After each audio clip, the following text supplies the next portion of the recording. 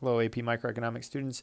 This review video is going to walk you through the AP Microeconomics review for the AP Micro exam.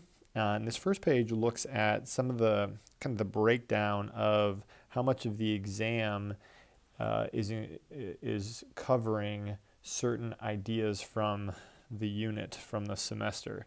And so these are some of the big ideas within AP Microeconomics: economic concepts, nature and function of product markets, factor markets, and then market failure and the role of government. And you can see that these kind of, sort of, correlate with the different units that we had. So this is Unit 1 information here. This is Unit 2 information here. This is Unit 3 information here. Unit 4 information is monopolies down here. Unit 5 information is the factor market. This is also part of Unit 4 with oligopoly, monopolistic competition. Unit 5 was factor markets, and Unit 6 was market failures. So we covered all of these different units. So the last section we put together those two. We had Unit 4 with imperfect competition.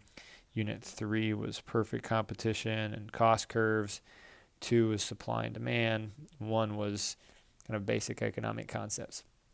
So this breaks down kind of how these show up differently on the AP Microeconomics exam. So if there's one, main topic that you want to make sure you focus on, it's the nature and function of product markets. And so that's where we spend a ton of time on supply and demand, perfect competition, monopoly, oligopoly, monopolistic competition. So those are extremely emphasized.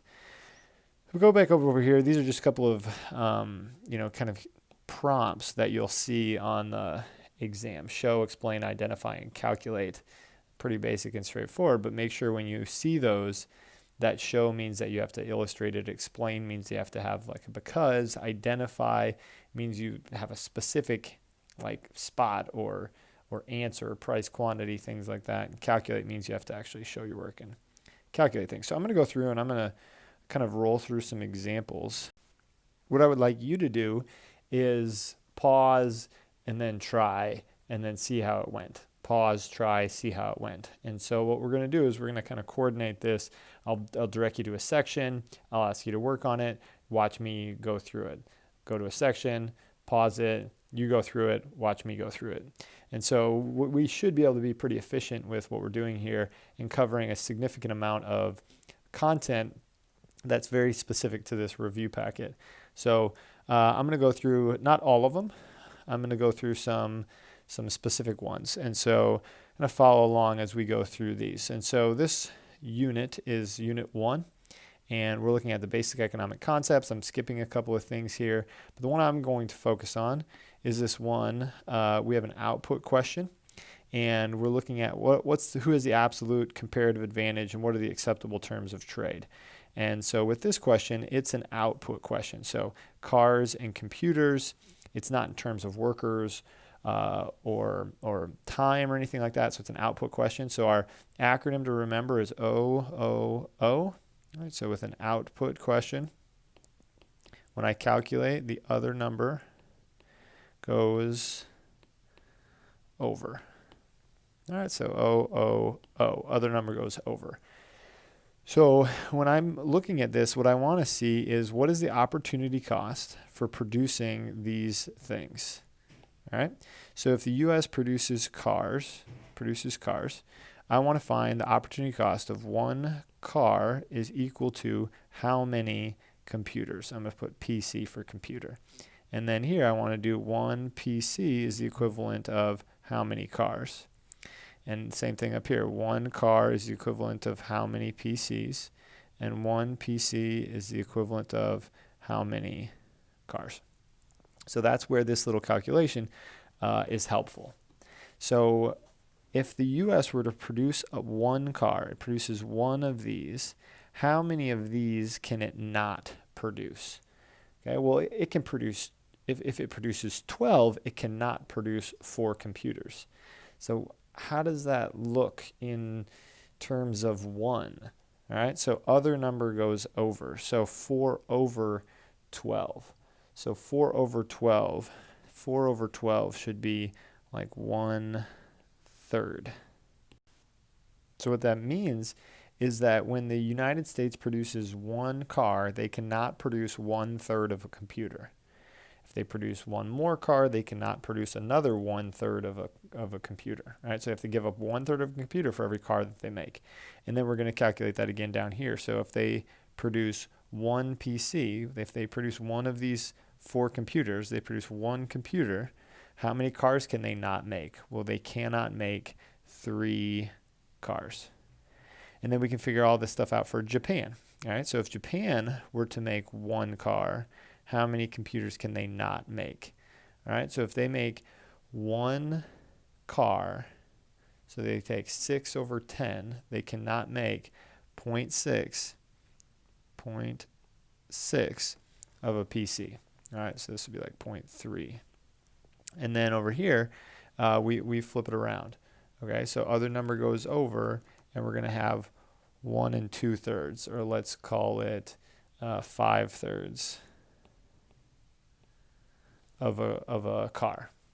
All right, so now we have our terms of trade kind of figured out. We have everything figured out here. So when we're comparing things here, first we want to do, let's do in green, let's do absolute advantage. So for that, we just look at who can produce more. So when it comes to cars, who can produce more? Well, the U.S. can produce 12, Japan can produce 10, so the United States has the absolute advantage in car production. What about computers? Well, Japan has the absolute advantage in production of computers.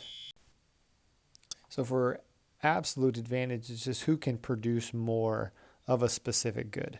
So for cars, we would say it's the US, and for computers, it is Japan. Now, when looking at comparative advantage, it's the lowest opportunity cost. So this is the key feature. It's the opportunity cost, not who can produce more of the good, but who can produce it at the lowest cost. And so we're going to analyze this one using opportunity costs. And what you can do is compare the U.S. to Japan. So the U.S. can produce cars at 1/3 or 0.3 of a PC, whereas Japan, it's 0.6. So it's more costly for Japan to produce a car. In computer terms, the U.S. has to give up three cars in order to make it, whereas Japan only has to give up 5/3. And so we're going to see the comparative advantages play out in this example the same as the absolute advantages. So U.S. is cars. U.S. is cars, and Japan is PCs, because they have the lower opportunity cost. So what's an acceptable term of trade? Well, it's anything in between what they have to do it for themselves. So the United States gives up 1/3 of a PC, so they want to get something better than 1/3 of a PC. And Japan, oh, I'm sorry, I wrote that incorrectly. Japan, you're comparing these two, right? US to Japan. Japan wants to give up something smaller than 6/10 of a PC. So again, Japan has PCs and the US has cars, and you're going to compare what they would have to do, what they would have to give up themselves in order to get it, right? So down here, if the US made a PC, they'd have to give up 3 cars. So they want to give up something less than the 3 cars. So what's an acceptable term of trade? Well, let's say 1 car. So the US is giving a car to Japan, right? They're giving a whole car to Japan. And so what do they want in return? What does Japan want to give up, right? So to make 1 car themselves, they would have had to give up 6/10 of a PC.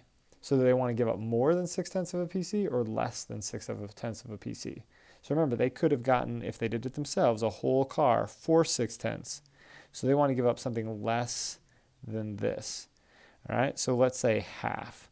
Let's say 1/2 of a PC, right? Well, does that do better than what the U.S. Could have done for themselves? Yeah, so they gave up 1/3 of a PC, and now they're getting something better than that. They're getting half of a PC. So this would be an acceptable term of trade for these two. Okay, the next little bit are absolutely basic must-knows.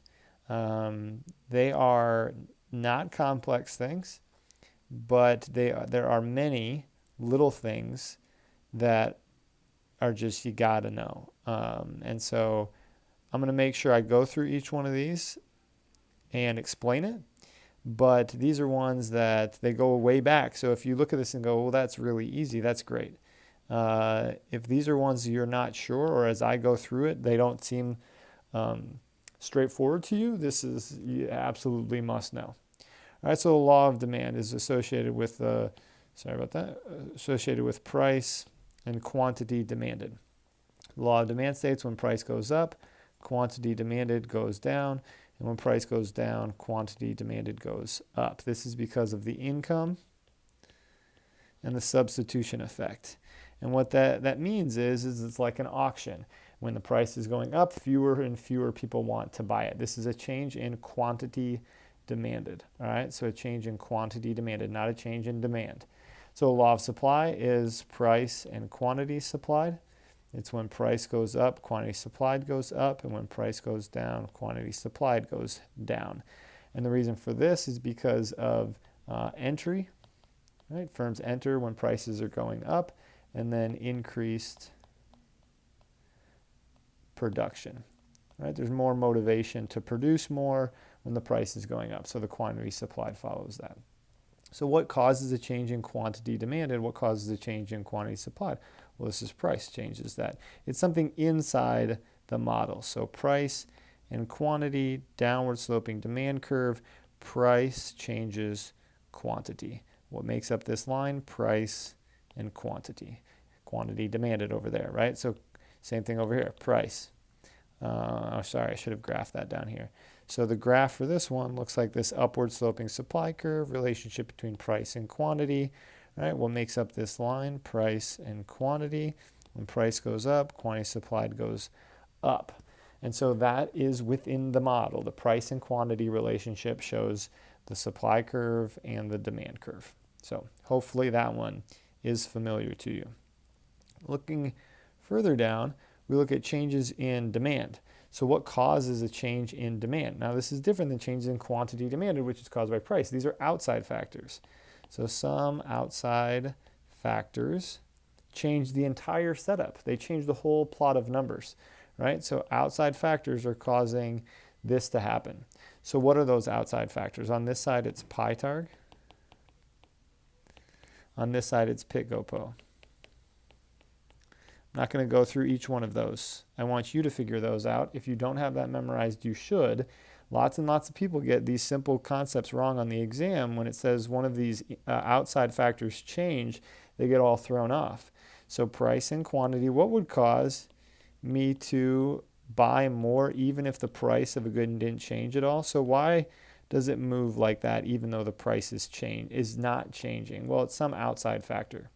Right? Let's say the price is here, quantity's there, and then price is same, and quantity moves out there. So what causes us to shift this whole curve to the right like that?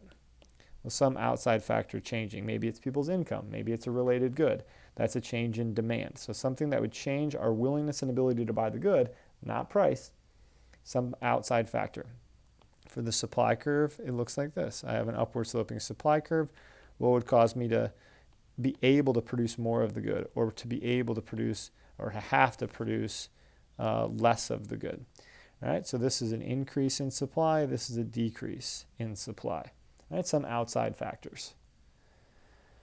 All right, moving on, I'm going to focus mainly on the left-hand side, knowing that it could apply to the right-hand side as well. But elasticity is another big one that goes back to supply and demand, and is an important concept to know.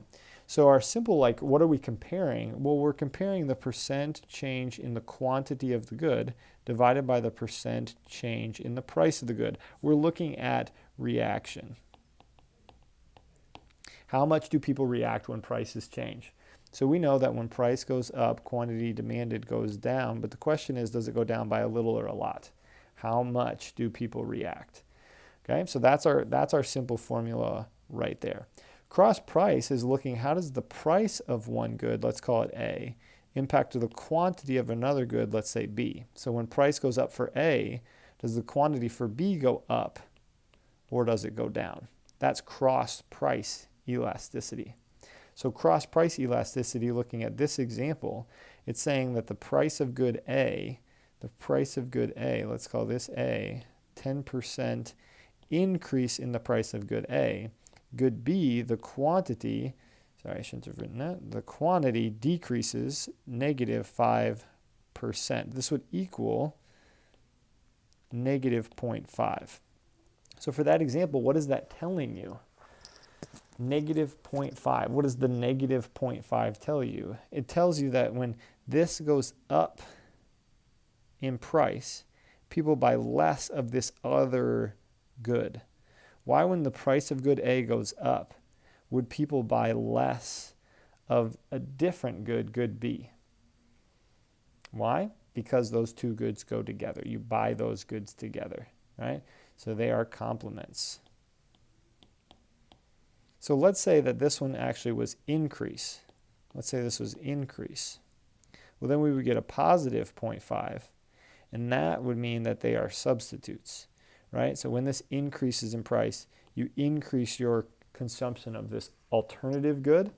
You substitute good B for good A, right? So that's an example of cross-price elasticity.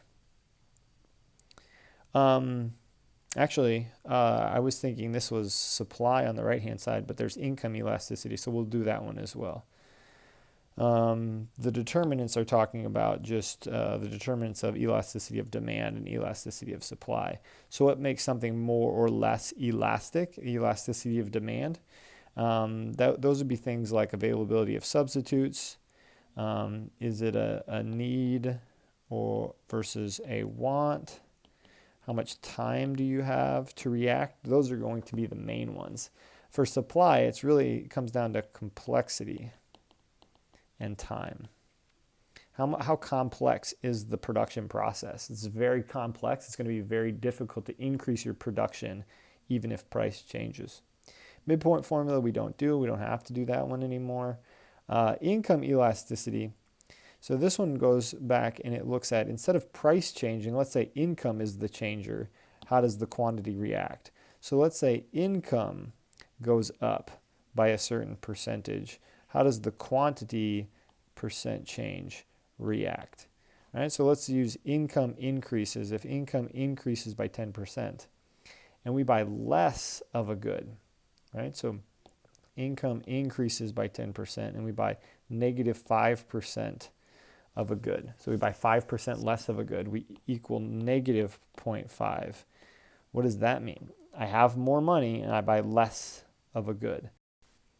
So if I have more money and I buy less of a certain type of good, that type of good would be an inferior good. Well, let's say this is increase. If I have more money and I buy more of a certain type of good, right? So if this was increase, then that type of good would be normal. Right? It'd be a normal good. If I got more money and I bought more of a good, it'd be a normal good. If I got more money and I bought less of that type of good, it would be an inferior good. So this is all elasticity stuff. And then what we did with elasticity is we started to look at it in terms of what's the burden look like for elasticity. So I'm going to do maybe one of these examples, and you should do the remainders, because it shows you how to show a tax burden. A tax wedge is what we called it. So how do you tax wedge these? So we did that with shifting one of the curves and then analyzing who pays what price. But we're going to look at it and see if we can, let's do one of these with perfectly something, okay? So we're going to do this perfectly elastic one. So we're going to see who bears the burden. So first of all, we have to be able to graph this. So with this one, let's see if we can graph it. So we have price, quantity, and then we have a perfectly elastic supply curve. Looks like that. And we have an inelastic demand curve. So we have a relatively inelastic demand curve. So our demand curve is downward sloping inelastic. So this is equilibrium right here. That's our quantity. This is the price and quantity with no tax at all. And so I know that perfectly elastic means that you perfectly escape the tax. right? You escape the tax if it's perfectly elastic. So I already know that suppliers are going to perfectly escape it. So I know the burden is going to be on consumers. So let's see if we can assess that. So if we look at a tax wedge is just taking like the amount of the tax and then wedging it in until you hit both curves. So we're going to wedge that one in until we hit both curves, which is going to be roughly right there. And we dot over. And we say that this right there, that quantity and price is the demand curve. So that's the price that consumers pay, right? So consumers pay this price. We'll call that PC, price for consumers. Well, what's this one?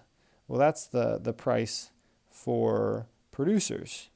All right, so the price for producers is the same as it was before, but the price for consumers goes up by the exact amount of the tax. So this box right here, this box is the tax. And who pays that tax right there? Well, that tax is paid entirely by consumers because their price went up by the exact amount of the tax. The suppliers didn't pay any of it. They only reacted with their quantity. So deadweight lost would exist in this triangle right here. And that's what we got. All right, so the rest of them you can do as examples to see if you can figure out who bears the burden. Remember, elastic means escape, and inelastic means incur.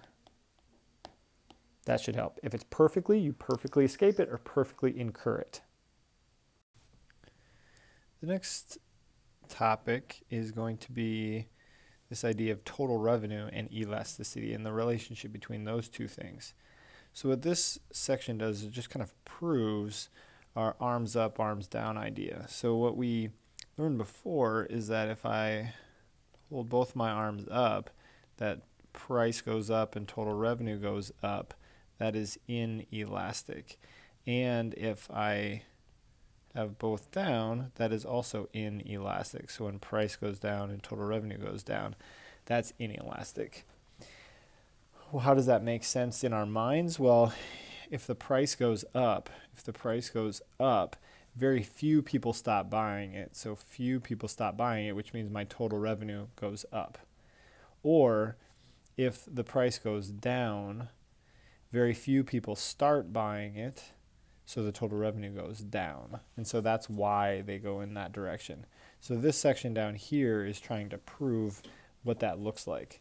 And so looking at like this one, total revenue goes 0, 5, 8, 9, and then 8.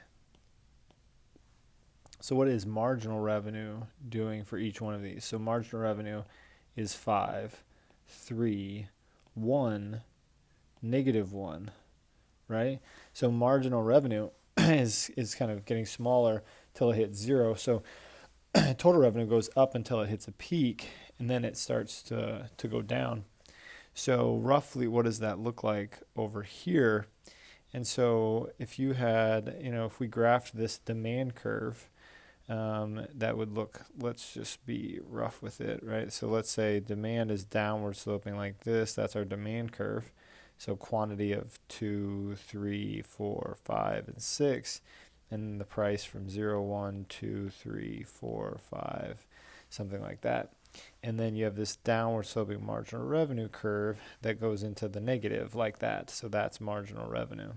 So what would total revenue look like? So if we were to graph total revenue, and we just put this in for reference, so let's put this blue line in for reference. So right there is an important spot. So this is just a line straight through just to show that point right there. So what's total revenue doing?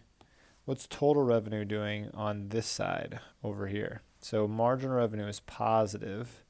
So that means total revenue is going up, right? So total revenue is going up when it's over there, when it's positive. So what does it mean when marginal revenue is negative? That means total revenue is going down, something like that. So total revenue goes up, hits its peak, goes down. So this is telling you total revenue is going up, total revenue is going down. This one over here, let me erase a little bit of this. This over here. So imagine we're going this direction. So price is going down as quantity goes up. Total revenue is going up, total revenue is going down. So what this shows us on the left side, on this side, that price is going down and total revenue is going up, right? So what that would match with is elastic, which I didn't draw Mr. Elastic over here. So Mr. Elastic would look like this. It is elastic, right? But over here, price is going down and total revenue is going down. So that's inelastic. So elastic, inelastic, right there. So where is it unit elastic? It's a unit elastic at that point right there because total revenue is not changing. So price changes, but total revenue doesn't change. When margin revenue is at its max, or when total revenue is at its max, margin revenue is at 0. So the next part, I'm going to kind of scroll through a variety of things that I think you can graph pretty quickly and easily on your own. Price ceiling, price floor. Remember, a ceiling is a maximum price. A floor is a minimum price. So where would you put those to have them be effective? You would set a maximum below where you're currently at, the equilibrium, and you would set a floor above where you're currently at to try and change what actual equilibrium is. Now that doesn't mean it's more effective. I shouldn't say that. It doesn't mean that there is that it's better with it implemented because we're going to see deadweight loss. But that's where they go when they are binding or effective. Consumer producer surplus, we should be able to do. This next one, I'm going to set you up and have you finish this one. So this one is utility. We haven't done utility for quite a while, but an important concept. So utility is the amount of happiness or benefit I gain from consuming a product. So we're looking at two different products. We have pie and we have cups of coffee. And then what we want to do is we want to assess how many of each should I purchase to maximize my utility. So there's one bundle of goods of pie and coffee that I should spend my money on that will maximize the total utility. So it's a utility maximization question. So I have an income of $20. I have $20 to spend. It looks like coffee is $2 and pie is $4. So we're going to write this down. We got $4 right here for pie. We have $2 for coffee. So how do we go about figuring this out? Well, one of the first things I want to know is I want to assess, and I could look at this. I could start adding things up and figuring out how much I'm spending and where my total is going to be the greatest combining these two things, but that's too difficult. So what I want to do is I want to say, well, what's the marginal utility that I gain from each one of these goods? So I'm going to see that the first one gives me 30, and then the next one gives me an additional 24. And the next one gives me an additional 20. And the next one an additional 16. The next one an additional 14. The next one an additional 8. Okay. Looking over at cups of coffee, first one gave me 10, 8, 6, 4, 2, and 1. So I'm looking at the difference in these in order to figure out my marginal utility. Now this is where a lot of people make mistakes because they think, okay, marginal utility tells me what I should do, that this one's 30 and this one's 10, so I should automatically just purchase the pie first. Well, that may be the case, but we need to know how much I get per dollar that I have to spend. So what I want to look at is the marginal utility per dollar of one good. We'll call that one good A. Should be equal to the marginal utility per dollar of the other good B. So if one is greater than or less than the other, we should purchase the one that is bigger. So how do we figure that out? Well, we take each one of these marginal utilities and we divide it by what the price is. So the price of pie is $4, the price of coffee is $2. So we're going to go about trying to figure this one out in terms of margin utility per dollar. So I don't really have room there, so I'm going to do margin utility per dollar right here. So 30 divided by 4 should be something like 7.5. 24 divided by 4 is 6. 20 divided by 4 is 5. 16 divided by 4 is 4. 14 divided by 4 is going to be 3.5. And then 2. And then over here, what we're going to do is we're going to take the margin utility divided by the price. So this should be 5, and this is 4, and 3, and 2, and 1, and 0.5. And now we have a clearer picture of which of the two that we should buy first. So I'm going to highlight this in blue. And if I'm comparing, I compare these two, and I see I get 7.5 for the first pie, and I only get 5 for the first cup of coffee. So I'm going to purchase this. So I've spent $4. And then, well, I'll just go like this. And then I'm going to purchase this one. So that's another 4, because 6 is better than 5. And then I'm comparing now this 5 and this 5. So if I can afford it, I'm going to buy both of them. So I'm going to buy this one and that one, which is another 4 and a 2, right? So that puts me up to 12, 14. So I have $6 more to spend. So let's compare these. I have 4 here and 4 here, which is going to be 4 and 2, which puts me up to the $20 budget that I have. So there's one combination that maximizes the total utility. And that combination is going to be when margin utility per dollar of one good equals the margin utility per dollar of another good, and you've spent your entire budget. All right, so you've spent all your money at that point. All right, well, I ended up doing that whole thing, but that's going to be the right combination. And you can check out, so one of the things that you should answer is, what's the total utility with that combination? And what if the combination was different? Okay, so what would the total utility be if you gave up that one and gained this one? Would it be greater than or less? Or what about if you gave up this one and you gained that one and that one? Would total utility be greater or less than? All right, so go about seeing if you can figure out those, because those would be helpful practice for knowing how to assess and explain why that is maximizing utility. All right, this one I'm going to do with you because people tend to have a difficult time knowing what I'm asking on this one. So the question is it fixed or can it change in the short and the long run? So what you're going to do is put fixed or variable for these different things. So short run, long run. So plant size, the size of your plant. Is it fixed or is it variable in the short run or long run? So plant size, in the short run, it's fixed. You have one plant size, you have one plant, that's it. In the long run, it's variable. You can increase the size, you can increase the number, it's variable in the long run. What about fixed costs? Well, in the fixed costs in the short run are fixed. Makes sense, right? They're fixed costs. In the long run, they are variable. So it's very similar to the first one, plant size. But all fixed costs are variable costs in the long run because, again, we can change them in the long run. All right, so variable costs in the short run are variable.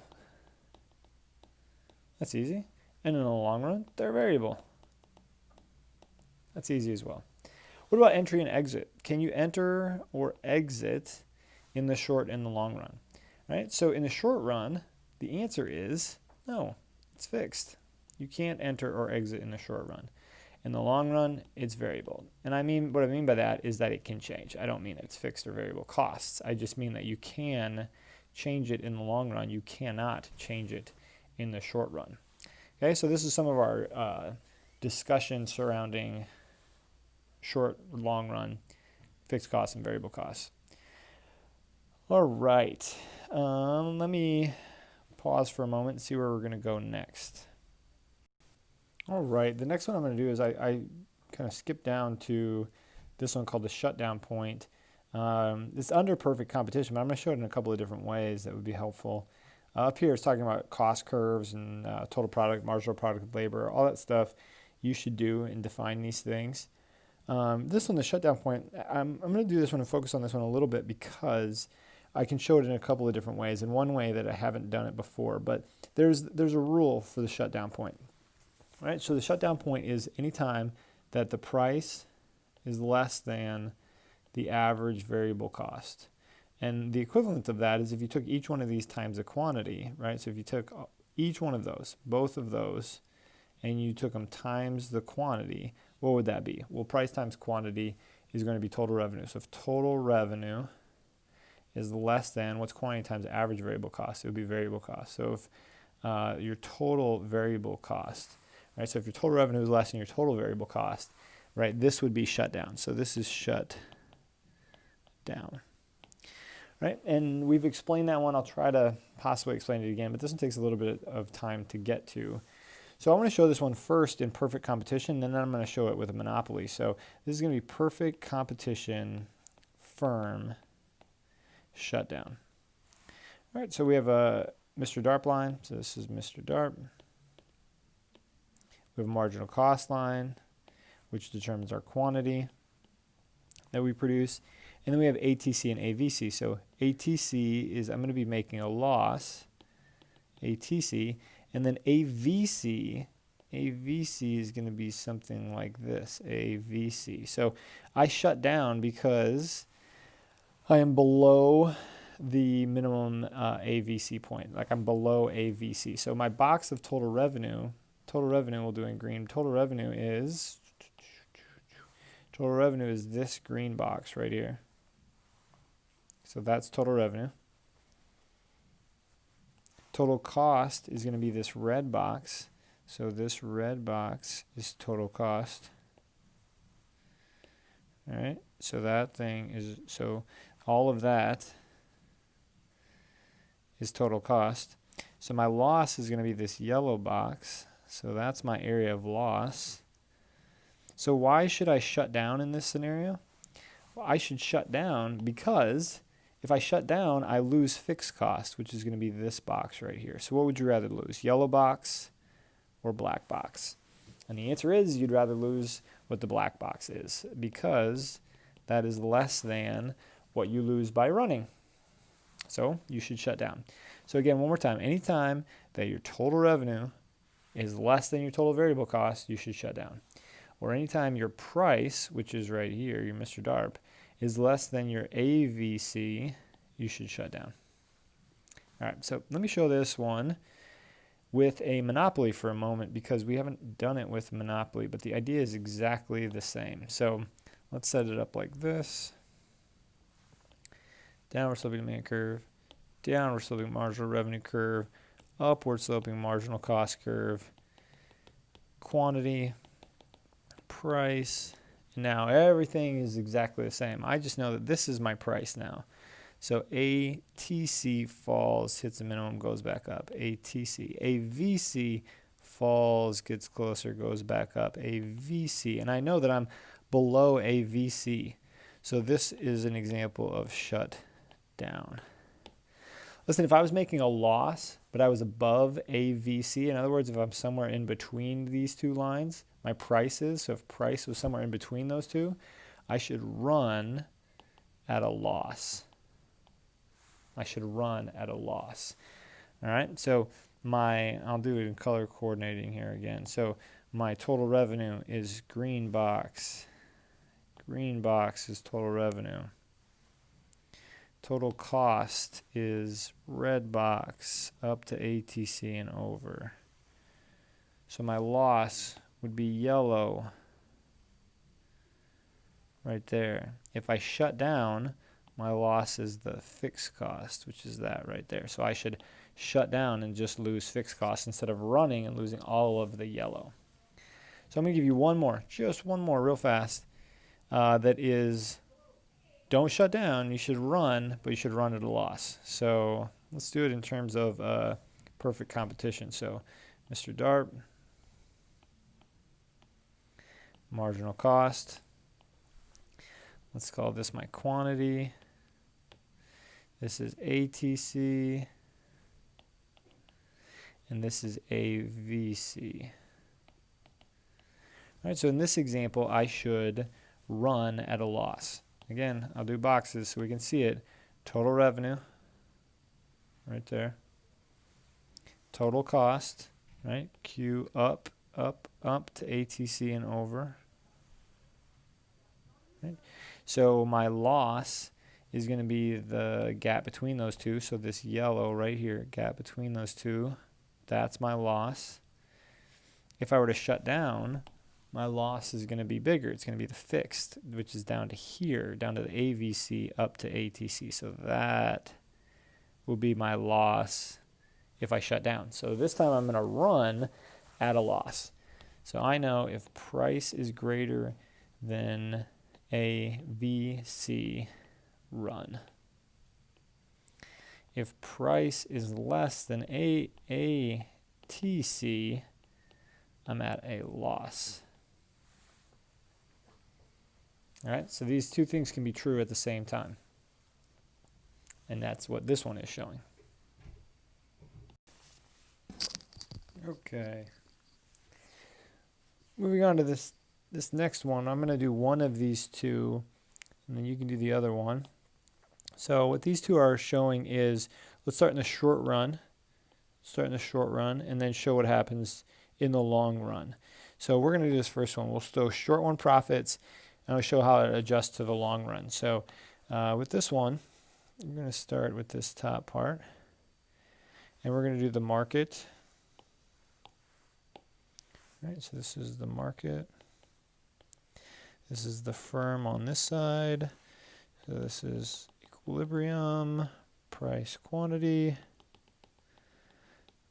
There's Mr. DARP.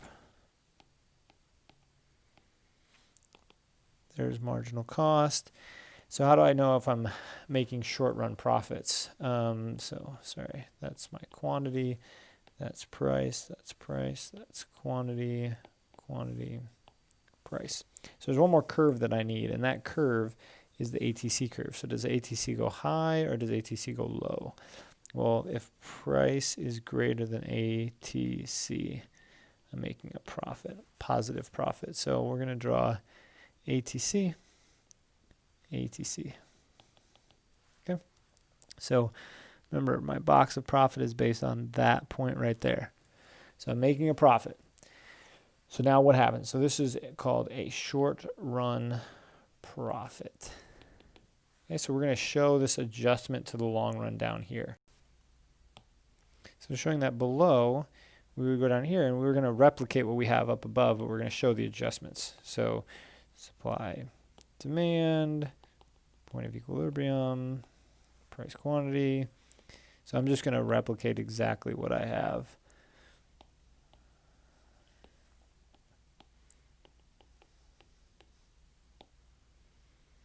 All right, that's what I have up above. So down here, what we're going to show is the adjustment. So I know if there are profits, that attracts entry in the market.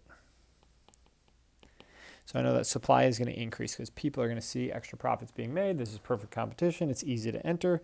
So supply is going to increase. So the question is, how far does supply increase? Well, if supply increases by way too much, I might be making losses. So then people would have to exit. But if supply only increases a little bit, then there's still profit, so it'll encourage more entry. So supply is going to increase to the point where price gets pushed down to minimum ATC. Like that. So this is Mr. DARP now. This is my new quantity right there. So quantity decreases. Price got pushed down. Price is there. Quantity in the market is there because supply increased. And we end up now with the blue part right there. Now we're in long run equilibrium. Because we adjusted, because firms entered, because profits are being made. So that's a good practice one. So what you should work on for the next few minutes is you should adjust it from the short run loss position. And then one of the ways that you could practice too is start in the long run. So start in long run position with zero profit and then move it to short run profit or loss and then back to the long run. So from short run to long run to, from long run to short run to long run. All right. Next thing we're assessing is monopoly. There's some terms to define and things right there. This is Y is marginal revenue less than the demand curve. So you can derive this one and show show that one. Remember the Y question. So Y is marginal revenue. For monopoly, Y is marginal revenue not equal to price. So being able to answer the Y is important. So I'm going to show, I'll show this one. Yeah, I'll show this one. Okay, so this one is a natural monopoly.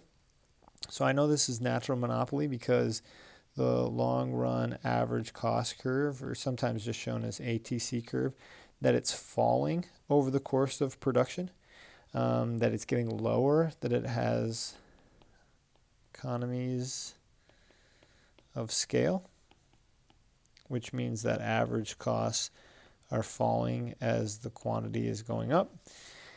So economies of scale exist. So where would this unregulated monopoly produce at? Well, they would produce where MR equals MC, which is going to be this point right here. So that's the quantity. Where's the price for that? Well, we would dot up to the demand curve, and this would be my price. So this is the price and quantity. We'll just do UR unregulated monopoly. The next one, where is it regulated? Okay, so where is it socially optimal? Well, socially optimal is where price equals marginal cost. So price equals marginal cost is this point right here. All right, so price equals marginal cost, that's the quantity, and this is the price. The problem with that one is that the average cost is higher than that. So that would be the loss right there if we dot it all the way over from there. The other one is going to be fair return. So fair return is when the price equals average total cost, which would mean that there is zero profit. Okay, so zero profit would be this one right here. So the quantity is here, and the price is at this point up here. So one more time, that one is socially optimal. That one is break even or fair return. And that one is unregulated. These are all for a natural monopoly that you can regulate it to a couple of these different points. So for monopolistic competition, I'm going to leave that one to you. Just remember that in monopolistic competition, you can have short run profits, but in the long run, those profits go to zero. So there are zero profits in the long run. And that it is like a setup of a monopoly. So it has this downward sloping demand and downward sloping marginal revenue. And so hopefully that helps you set up to figure out this one. For this next little spot, I'm really kind of point out the things that you don't really need as much. So this one has been taken away over the years, the kink demand curve. It's not super important. It's really how you're dependent upon what the other person chooses to do. So we can go through a scenario like that maybe in just a minute. But these two over here we never got to in class because there's an opportunity cost for doing other things. So the four-firm concentration ratio is really you take the four biggest firms and you figure out what percent of the total market they have. And so very high concentration ratios means that it is basically an oligopoly. So if the biggest four firms have something like 70% of the entire market, we would call that an oligopoly. If they only have a very small percentage of the market, then it would be more monopolistic competition. Herfindahl-Hirschman index, it's the same sort of idea. The bigger number means that it's more concentrated. And so a really, really simple breakdown is like this. What you do is you square the percentage that each firm has in the industry. Easy. Watch. If you only have one firm, they control 100% of the market. If you square that, 100 squared equals 10,000. Okay, just as an example. But what if it was closer to perfect competition, where you have 100 firms and each has 1%? Okay, so then what you can do is you add up all those 1 squareds. So if you have 100 firms, let's call it like perfect competition, you have 100 firms each with 1%, you square all of the ones. So you square 1 100 times and then add those up. Well, you still come up with 100% of the market, right? But you have 100 firms each with 1%, you're not going to get 10,000. 1 squared added up 100 times gives you 100. So the lower the ratio, the lower the index, the more spread out the concentration of power is. So the more likely it's going to be perfect competition or monopolistic competition. Whereas a monopoly or an oligopoly, you're going to get a really high number. That's the HHI. Those are two really simple things, rarely come up, but still two simple things for imperfect competition. Okay, now I'm going to go over the second example in game theory and talk about how to read this. And we've walked through this in the past. So what we do is we're going to color coordinate and say this is station B, this is station A, and then we're going to highlight which numbers are associated with each one so we know what we're looking at. So the green is associated with the person on the left, and then the red is associated with the person on the right, or on the top. The right side is associated with the person on the top. And then we go through and we can assess each one of these things. So we say, what if station B chose price high? Then station A has two choices, high or low. And so they're going to be choosing between this 2,000 and this 3,000. And so they're going to choose 3,000. So we want to star that. We'll star it in red. So they're going to choose that 3,000. Then we say, well, what if station B chose low? Then station A has again a choice between high and low. They're going to choose the 5,000 over 1,000. So we're going to star that one. And then we realize that they have no dominant strategy. So we're going to leave it like that. And then we do the same thing with station A. We say, what if station A decides to price high? Station B has a choice between 2,000 and 3,000 because they're choosing either high or low. So they're going to choose the 3,000.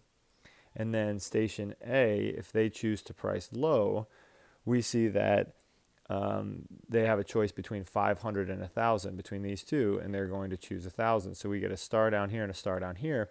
So this is the dominant strategy for station B. So station B is always going to choose price low. So it's never going to choose price high because no matter what station A chooses to do, station B is going to price low. So these questions walk through those different scenarios. What should station B do?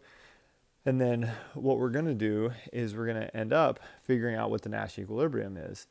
And what the Nash equilibrium is it is going to be the decision where neither player has an incentive to move away from that. And so we know that station B is going to price low. So if station B prices low, what is station A going to choose? And we figured that one out down here, that they have a choice between this 5,000 and this 1,000 if station B prices low. So we're going to end up in this box right here, because what that says is station B prices low. So therefore station A has a choice between 5,000 and 1,000, and they choose 5,000. So they're going to end up pricing high. So that box becomes the Nash equilibrium, and they're going to have no incentive to move away from that box. So no dominant strategy for station A. Dominant strategy for station B is price low, Nash equilibrium, 3,000 for station B, 5,000 for station A, which is low price for B, high price for station A.